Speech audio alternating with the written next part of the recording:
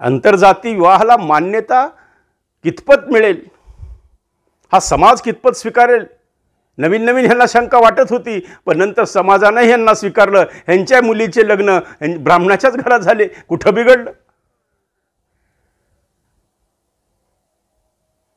अनेक ब्राह्मणांनी अनाथ आश्रमामध्ये गेले, शेवटी मुली मिळत नाहीत.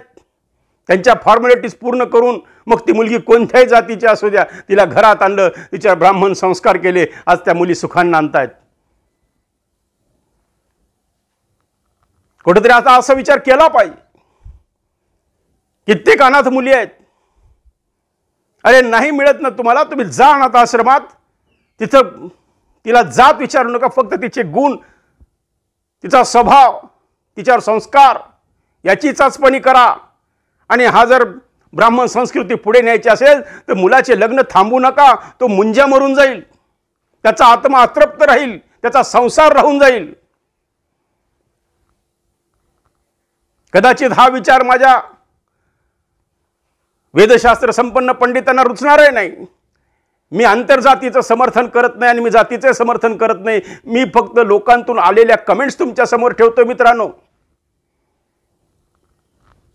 काही टोळ्या सक्रिय झालेल्या आहेत, ज्या म्हणतात आम्ही तुमच्या मुलाचं लग्न जमवू, पण आमचं बिल 1.5 लाख रुपये होईल. लग्न जमवायला मध्यस्थीचं बिल होते 1 लाख ते 1.5 लाख रुपये. मग ते लग्न होतं, लग्न जमतं आणि दुसऱ्या दिवशी मुलगी घरातले दागिने घेऊन पसार होते. या कहाण्या घडलेल्या आहेत. अशा बोगस कंपन्या, असे काही बोगस दलाल आज समाजामध्ये, प्रत्येक समाजात फिरत आहेत. लग्न जमवायच्या नावाखाली ह्या लोकांनी धंदा केलेला आहे, धंदा. आणि हे जे करोडपती पार्टी आहेत, ज्यांचे लग्न होत नाही, ते म्हणतात काय पैसे लागायचे लागू द्या, कसंही आण बाबा, पण मुलगी आण, मला मुलाचं लग्न करायचं आहे. ही परिस्थिती आहे. लग्न जमवलं जातं, लग्न पैसे घेऊन जमवलं जातं, लग्न त्या ठिकाणी सौदा केला जातो आणि त्यांचं त्या मुलीशी असलेलं ॲडजस्टमेंट नंतर ठरलेलं असतं की सगळं गबाळ गुंडाळायचं, सोनं नाणं घ्यायचं आणि सुहागरतीच्या रात्रीच गायब व्हायचं. सावध राहा जरा मुलांनो, मित्रांनो, सावध राहा बंधूंनो, सावध राहा माता पित्यांनो. मी तुमच्या मुलासारखा आहे, मी तुमच्या भावासारखा आहे. मी तुम्हाला एक स्वतःचं मनातलं बोलतोय की थोडंसं अशा बोगस लोकांपासून सावध राहा, जे लोक या भोळ्या भाबळ्या ब्राह्मण समाजातल्या गोरगरीब किंवा पेन्शनर, वयोवृद्ध माता पित्यांना फसवण्याचा उद्योग हा जाहीरपणे सुरू झालेला आहे. कुठेतरी याविषयी बोला, असंही मला अनेकांनी कमेंट्समध्ये सांगितलेलं आहे. ही ब्राह्मण समाजाची शोकांतिका आहे आणि म्हणून मी याला नाव दिलंय हळद रुसली. कुठे हळद? हळद गायबच झाली आहे. हळद लागेल म्हणून तर त्या आयुष्यात बिचारायला त्याला हळद लागणार नाही त्या ब्राह्मणाच्या मुलाला. बरं, तुम्ही म्हणताल वेदशास्त्र संपन्न ब्राह्मणाची कहाणी.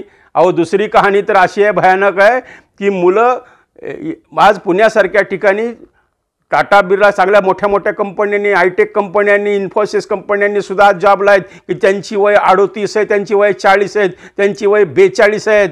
त्यांचे मला व्हॉट्सअप येत आहेत की दादा आमचं लग्न जमवा. थोडंसं मला या गंभीर विषयावर बोलावं वाटलं तुम्हाला, कारण हा गंभीर समस्या आहे. काही लोकांनी सांगितलं की आम्हाला आंतरजातीची परवानगी द्या ब्राह्मण समाजानं. तर समाज कसा देईल तुम्हाला परवानगी? कारण मी ब्राह्मण हा जो गर्व माझ्या अंगामध्ये आहे, मी सर्वात हुशार आहे हा गर्व माझ्या अंगामध्ये आहे, मी फार बुद्धिमान आहे हा गर्व माझ्या अंगामध्ये आहे, तर हा माझा गर्व मला तुम्हाला कशी परवानगी देईल की तुम्ही आंतरजाती विवाह करा? सरकार जरी आंतरजाती विवाहाला प्रोत्साहन देत असेल, तुम्हाला अनुदान देत असेल, तरी ब्राह्मण समाज कितपत स्वीकारणार आहे? ब्राह्मण समाजातले तथाकथित नेते लोक किती स्वीकारणार आहेत? आज त्यांच्याच घरात कहाण्या घडतायत. म्हणूनच ती म्हण आहे, जगा शिके ब्रह्मज्ञान स्वतः कोरडे पाषाण. आज प्रचंड गंभीर समस्याला आपण सामोरं जात आहोत मित्रांनो. मुलीचे लग्न, मुलाचे लग्न. आज सर्वात श्रीमंत, मी पुन्हा बोलतोय की आज सर्वात श्रीमंत ह्या जगात जर कोण असेल तर मुलीचा बाप श्रीमंत आहे. कारण त्या बापाजवळ एकच वस्तू आहे जी बाजारात विकत मिळत नाही. ज्या बापाजवळ एकच वस्तू आहे की जी सहजासहजी आज मिळणं मुश्किल झालेलं आहे. आणि जर कुटुंब चालवायचं असेल तर मुलीची गरज आहे, मुलाची गरज आहे, दोघांनाही तेवढीच गरज पाहिजे. आज मुलींना गरज नाही आहे असं समाजातलं चित्र आहे. कदाचित 20-25 वर्षानंतर ते बदलेल सुद्धा. पण याच 30 वर्षाच्या अगोदर जर तुम्ही पाहिलं तर काळ काय होता. 1995 साली माझं लग्न झालं. त्यावेळेस मुलीचे वडील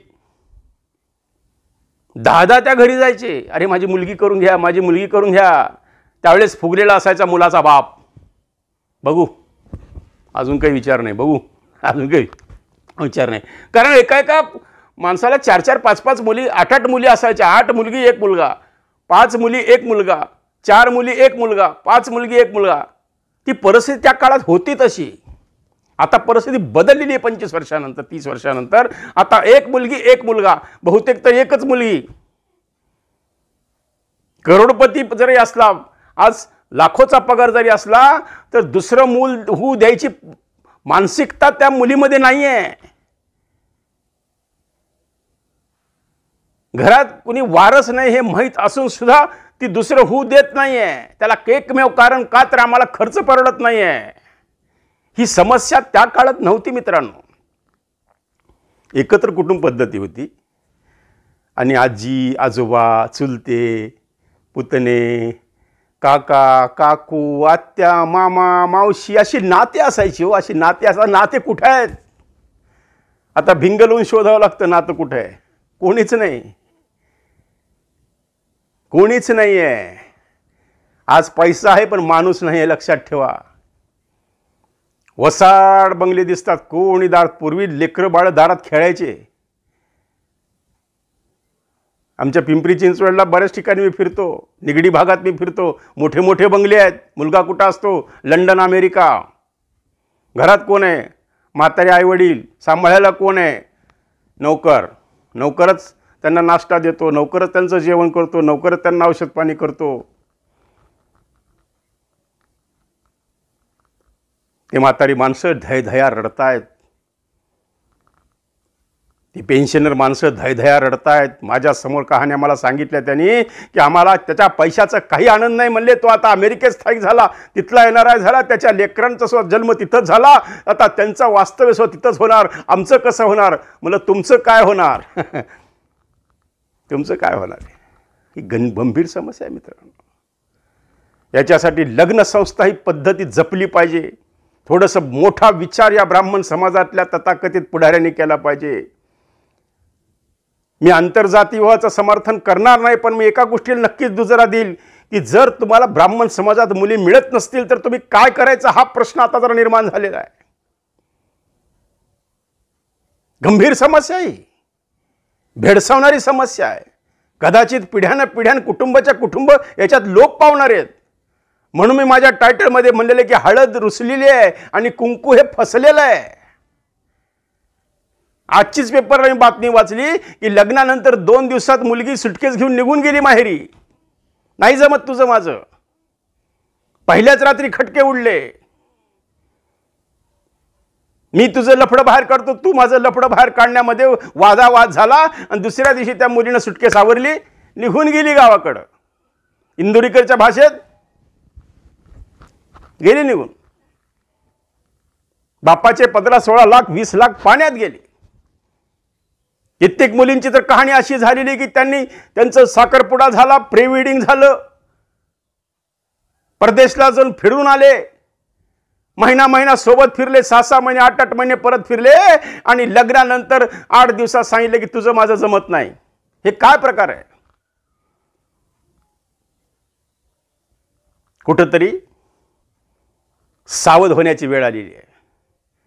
थोडंसं परखड बोलतोय, कटू बोलतोय, पण सत्य बोलतोय. सर्व प्रकारच्या राजकीय प्रचार सिरीजच्या निर्मितीसाठी एकमेव नाव Ratnakar Ausekar. Contact 9890 39 87 88. Online recording CDs देणारं महाराष्ट्रातलं एकमेव नाव रत्नाकर औसेकर. 51 आवाजांचा बादशहा रत्नाकर औसेकर. कॉन्टॅक्ट 9890 39 87 88.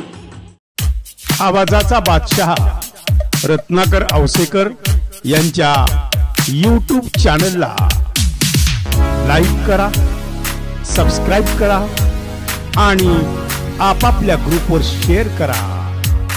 चला आपल्या मोबाईलवर सर्वप्रथम आमचा कार्यक्रम मिळवण्यासाठी सहकार्य करा. Ratnakar Ausekar YouTube channel.